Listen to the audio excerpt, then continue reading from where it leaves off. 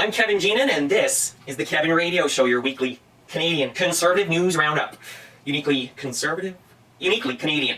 Our top stories this week. Another Liberal scandal. Veteran Liberal MP forced to resign from the Liberal caucus. Liberal MP gets triggered by Mother Teresa. More attacks on Sir John A. Macdonald, and more lockdowns across the country. But first, head over to YouTube and subscribe to our channel so that you don't miss a single video.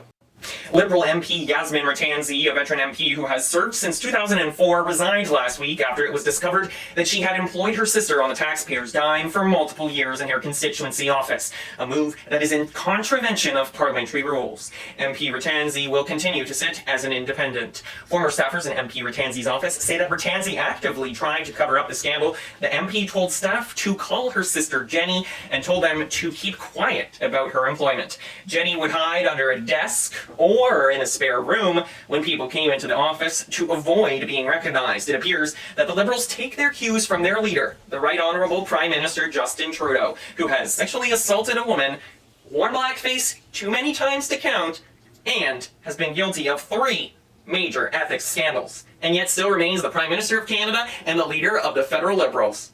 There's no word yet on when he will resign. Our next top story, Liberal MP gets triggered by Mother Teresa. Conservative MP Garnet Jennis and his riding association launched bus ads on Vancouver transit buses that feature a picture of MP Jennis's children and a quote from Mother Teresa. The quote reads, "How can there be too many children? That is like saying there are too many flowers." The Mother Teresa ad was launched in response to ads run by an organization called One Planet, One Child that overtly shame parents who dare to have more than one child. The ads say that the most loving gift you can give your first child is not to have another. The ad design also had racist undertones and was later taken down, although other versions of the ad are still up around Metro Vancouver. But Vancouver Centre Liberal MP Dr. Haiti Fry was triggered by MP Jennis's Mother Teresa ad and went off on MP Jennis and Conservative leader Erin O'Toole in the House of Commons. Speaker, it has recently come to public attention that the Conservative Party is paying for anti-abortion advertising on Vancouver public transit. The opposition leader must remove these ads today and defend the rights of Canadian women.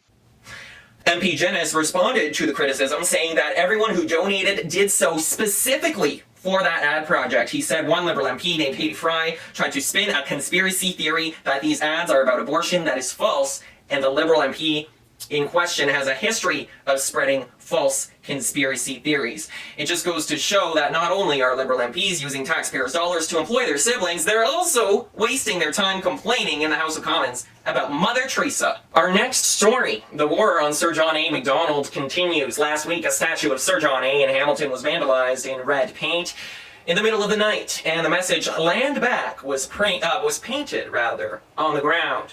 It was cleaned up and police are investigating. Additionally, Sir John A. Macdonald High School in Tantalon, Nova Scotia will be changing its name. The principal says that the school, quote, "must be a safe space for all."